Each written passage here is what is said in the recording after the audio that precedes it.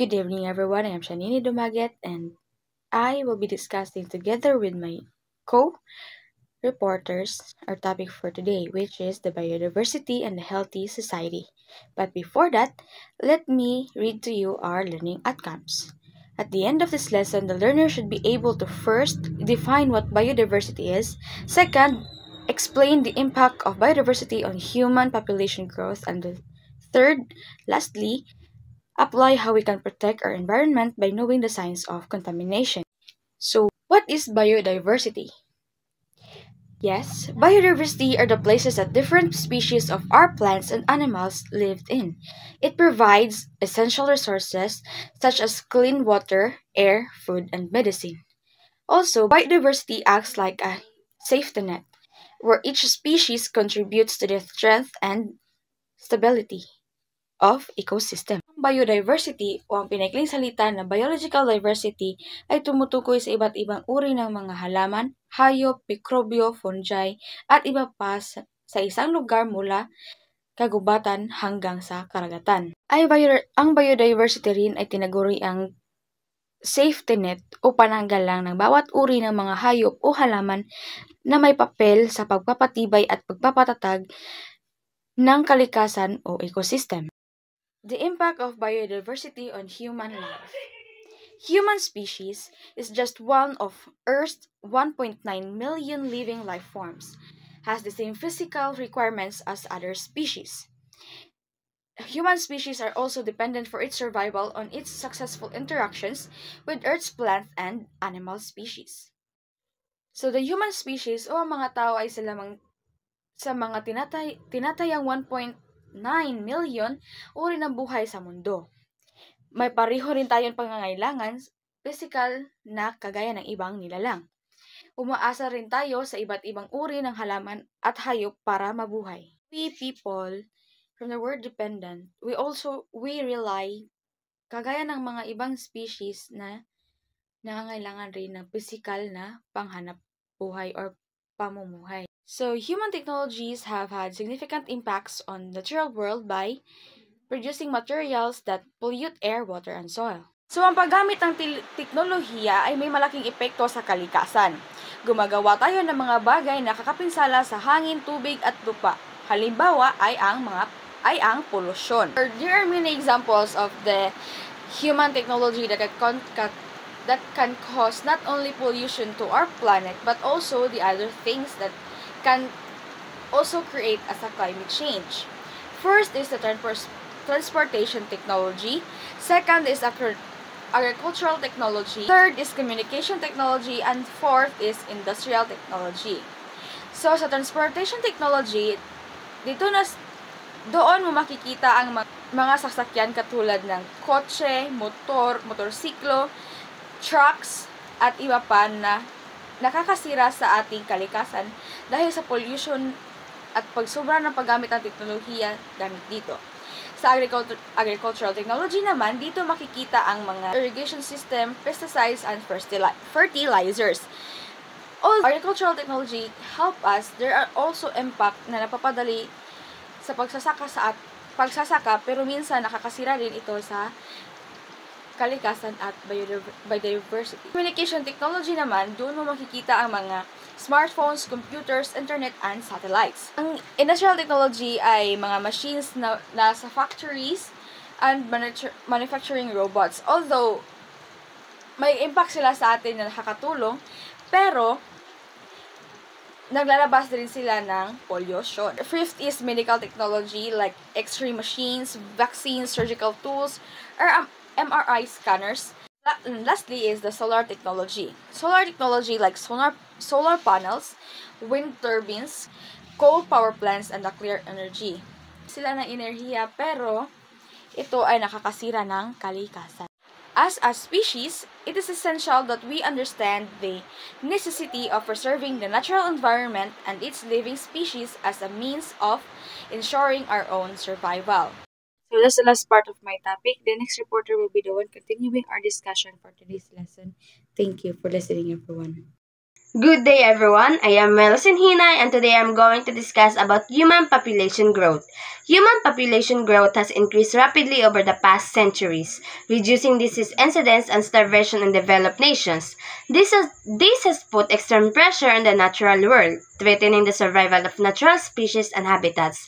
So ang human population growth sa kaning developed countries kay nagagive siya og kanang positive ug negative impact. Na mga kuan tungod sa kadaghanan sa tao, daghay mga kanang technologies nga nag-evolve, daghay mga technologies nga kanang na-develop. For example, mga kanang sa medical technologies nila, nag-advance ilang mga medical technologies. Kung na may mga sakit nga mo come up, nadayon mga kanang na sila mga kanang mga gamot nga ipanghatag ba nga para maulian dayon na, or kung sa ilang kanang kung kanang sa ilahang agriculture, nanay modern agriculture nga na develop pod ana nga time, nanay kanang sa ilang agriculture nanay mga kanang mga gamit nga kanang machine na ilang gamit. For example, like sa kuan kanang inig magkuan nagpalay, nanay harvester nga kanang ginagamit nila.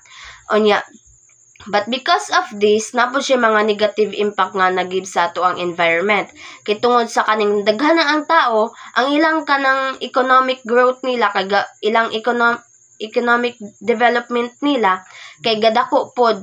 Kay tungod sa kay gadako man nila economic development, daghan na po yung mga kanang mga buildings nga na tubo, kanang gipatukod, daghan na mga buildings nga gipatukod, na yung mga kuan, kanang mga dalan nga gipangkuan.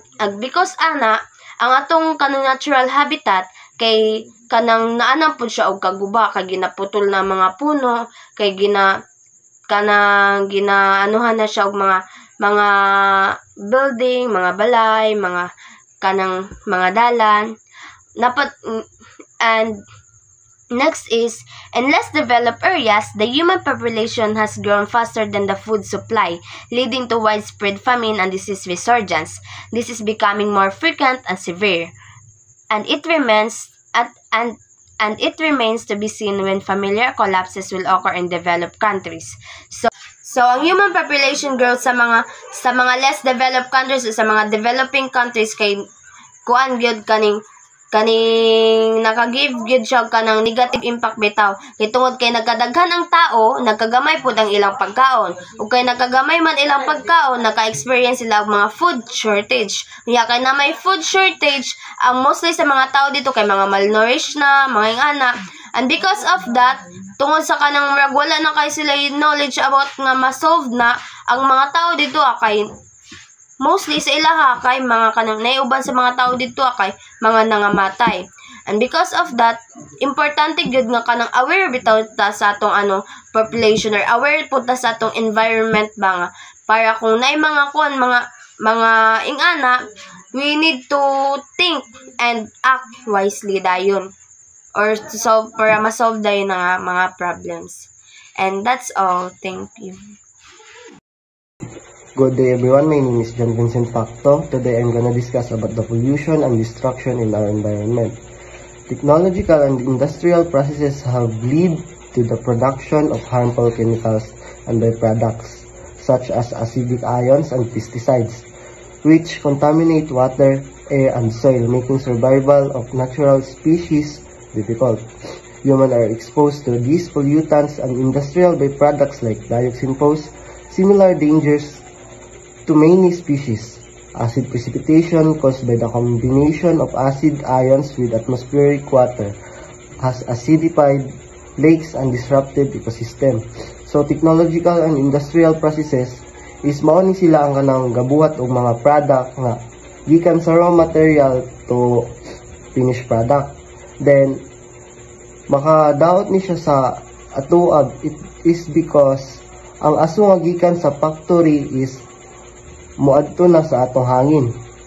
Then naani siya mga dala nga acidic ions, then mga uban pa nga mga chemicals.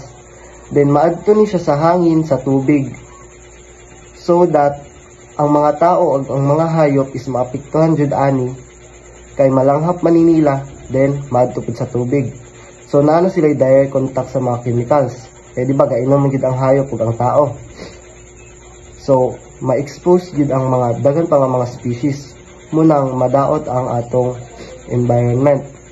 Then pag maadto pud ang chemical sa tubig, then na may ginakuan nga acid precipitation, mao ni siyang kanang, di ba, kay ang clouds ug ang init is gasuyop pa na siya tubig gikan diri sa mga kanal, lakes. So pag suyop ana niya is ang katong pag muulan na siya sagol nga mga acid, so that maapektuhan gid ang mga tao ug mga hayop ug ang ecosystem. Good day everyone, I am Jessel Animsito and today I will be the one to discuss about destruction of habitat. Destruction of habitat. Human clear natural lands like forests and wetlands to build roads, industrial zones, and residential areas. This leads to habitat destruction, displacing animals and disrupting ecosystems. Agricultural practices such as failure to rotate crops and overgrazing also degrade the land and lead to erosion and loss of water sources. So, ang destruction of habitat refers to the cutting trees, destroying mountains. Ginagawa nila ito dahil sa paggawa ng mga kalsada, buildings, bahay at iba pa. Subalit sa gawaing ito, maraming maapektuhan kagaya ng mga hayop na nawawalan na ng tirahan at nagdudulot din ito ng kalamidad katulad ng landslide, pagbaha dahil ang mga bundok ay wala ng mga puno na sumisipsip at kumakapit sa lupa. So good evening, Ma'am Damasen. So let me introduce myself first. So I am Nika Andrea Notibas. Now I will discuss about exploitation of animals and plants. So modern technology have enabled humans to exploit exotic animals and plants, leading to the extinction of various species. This exploitation negatively impact ecosystem, causing species loss and potential extinction. Direct harvesting, which remove lands for economic values, also negatively impact natural ecosystems by decreasing biodiversity. For example, forest trees are harvested for lumber, leading to habitat distribution and loss of biodiversity and mountain habitats and tropical rainforests worldwide. So, example, ang direct harvesting kanang kuhaon dito sa mga tanom tungod kay naa sila economic values, which is mahal ang ilang baligya. Nakapanukod sa biodiversity sama sa kahoy, sa mga lasang nga gipangputol para himuong lumber. Hinungdan kini sa pagka-destroy sa natural nga palibot o pagkawala sa mga daghang klaseng hayop ug sa mga tanom, labi na sa mga kabukiran ug sa tropical rainforest sa kalibutan. Tungod sa modern technology, mas napadali pa sa mga tao ang pag-exploit o pag-abusar sa mga exotic na mga tanom ug sa hayop. Tungod ani, daghan pang species ang nangawala ang sobra nga paggamit sa mga tanom ug sa hayop. Naapekturan pud og pag-ayo ang ato ang ecosystem, kay kung mawad-an og usa ka species, naapektuhan ang tanang bahin sa kalibutan nga nagdepende niini. Good day, ma'am. Today, I'll be discussing the signs of environmental contamination. Signs of environmental contamination. Environmental contamination refers to the presence of harmful substances in the environment, such as toxic chemicals, heavy metals, pesticides, and pollutants from human activity. So, kaning environmental contamination is a kind of pollution that is made from human activities. Examples ani is heavy chemicals such as heavy metals, pesticides, and other kind of pollutants, which is very harmful not just from our environment but also from us human. It disrupts ecosystems and threatens the health of wildlife and humans. So grabe epekto ang grabe epekto ani sa atoa o sa atong environment because this type of pollutants is very dangerous. Effects on ecosystems. Wildlife pollutions are showing signs of stress and decline due to contamination. Also, dili lang tao ang maka-experience ani but also from wildlife at ang mga animals. Their population will also decrease, such as kita mga humans. Deformities and deaths have been observed in species like frogs, birds, fish, and marine mammals. Dili lang ni sa land makaapekto, kundi sa tubig sab. Just like frogs, birds, fish, and marine mammals. Grabe epekto ani sa mga marine species. And this type of pollution should be stopped. Hormone disruption in frogs linked to agricultural runoff. Reproductive failure in birds due to pesticides like DDT. Fish and birds death from oil spills. Marine mammals affected by cost pollutants. From frogs, maapektuhan ang ilahang reproductive system because of the pollutants. And also from birds due to type of pesticide which we call DDT. Also, we include na lang po the oil spills and coastal pollutants which is grabe epekto ani sa atong marine species. Effects on human health. Children are especially vulnerable to environmental pollutants. So when we say vulnerable, kani sila ang dili maka-resist from a specific nga butang. Example ani is children. We all know that children is very vulnerable from any type of pollutants because their body cannot kanang makalaban sa mga any possible nga mga sakit. They absorb more toxins per pound of body weight due to higher intake of air, food, and water. Rising rates of birth defects, childhood cancers, lung disease, and asthma are linked to polluted environments. So children are they absorb more toxins compared to adults. Dili lang pod sa bata ni common nga issue. Also sa mga buntis pod, it also affects from birth defects resulted from polluted environments. Good morning, ma'am. Good morning, everyone. I am Shane Edge Maranillo Fabrocas, and I will be discussing the fossil fuels. So, what are the fossil fuels? Fossil fuels are naturally occurring energy sources derived from decomposed organic matter. It is a non-renewable energy sources formed from the remains of ancient plants and animals over a million years ago. They include coal, oil, and natural gas, and are primarily source of energy globally, powering everything from electricity generation to transportation. Over millions of years, heat and pressure from Earth's crust decompose this organism into one of the three main kinds of fuel: the oil, the natural gas, and the coal. These fuels are called fossil fuels since they are formed from the remains of the dead animals and the plants. Now let's discuss these three types of fossil fuels. The first is the oil. The oil or the petroleum is a liquid fossil fuels used for transportation and heating, refined into gasoline and diesel.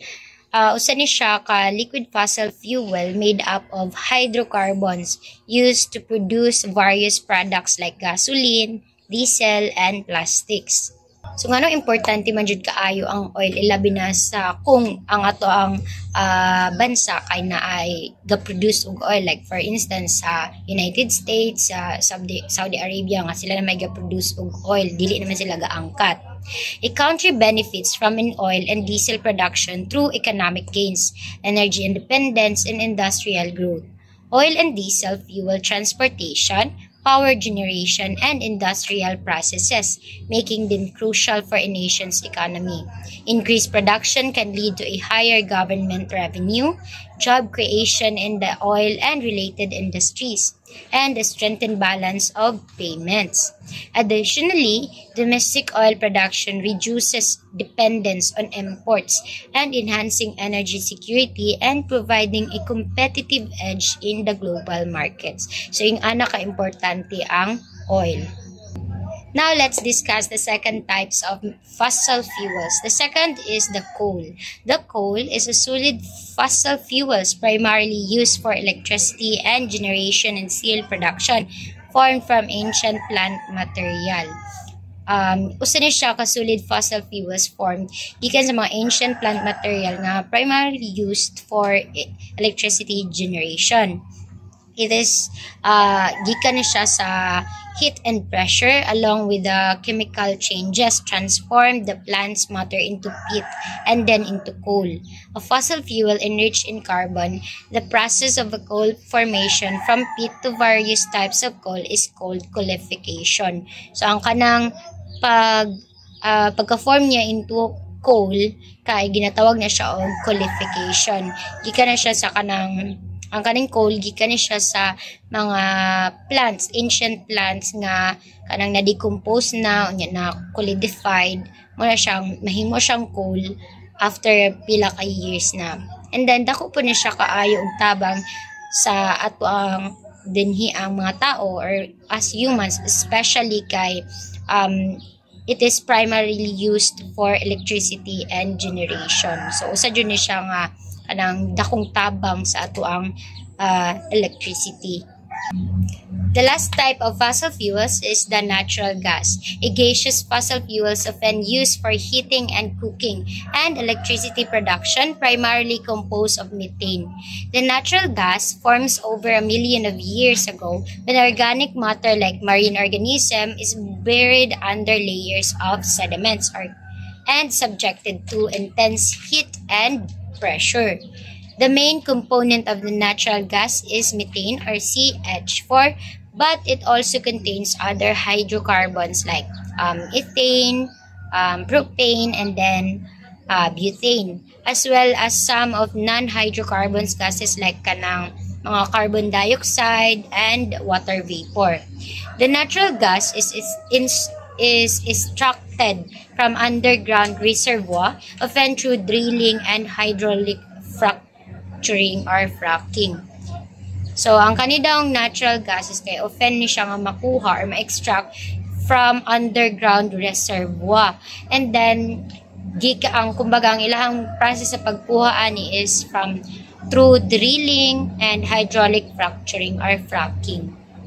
Now, let's move forward to the formation of the fossil fuels. So, na siya duha ka processes para ma-form daw ang fossil fuels. But first, let's discuss the biological processes.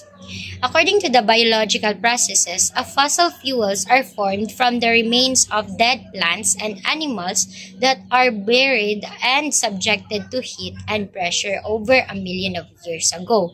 The dead organism and plants matter accumulate in the sedimentary basins, often in the oxygen-poor environment. Then after moagi din siya sa decomposition. Anaerobic bacteria break down the organic material. Then after is makakon din siya ang sedimentation and compression. Over time, layers of sediment builds up sa increasing pressure and temperature. So kato mga namatay na organism and then iagi siya decomposition. So moagi din siya sa sedimentation and compression, whereas ang katong mga sedimentary, for example, mga sedimentary rocks, makompress siya, then mag-increase ang iyang pressure o temperature. That is why ma-form na siya into fossil fuels, where the organic matter is converted into a waxy substance called kerogen. Then, din siya sa catagenesis. Further heat and pressure transform kerogen into hydrocarbon. So, mahimo na din siyang oil and natural gas and then the coal. So, inana ang process when it comes sa biological processes. Then, now is the geological processes.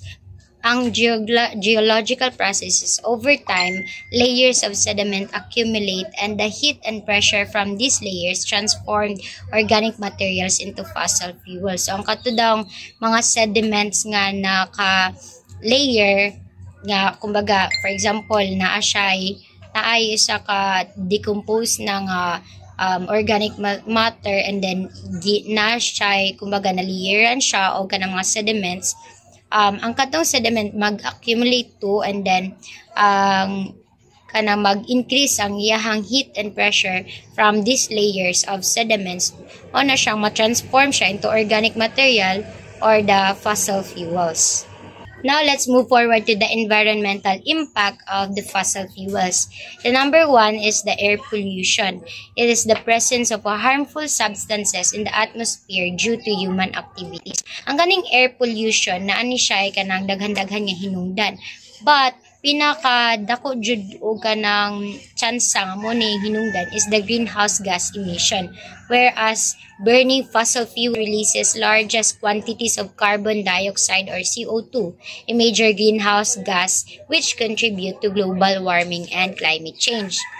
Magkaroon tag diri sa ato environment og air pollutants tungod sa fossil fuel combustions, emits harmful air pollutants like sulfur dioxide SO2, nitrogen oxide or NOx, and particulate matter PM, which can cause respiratory problems and acid rain and contribute to the formation of smog. Next is the chemical byproducts. The combustion of fossil fuels releases carbon dioxide or CO2, sulfur dioxide or SO2, and nitrogen oxide or NOx, and particulate matter into atmosphere. The fossil fuels combustion significantly impact the environment through the release of harmful air and water pollution as well as climate change.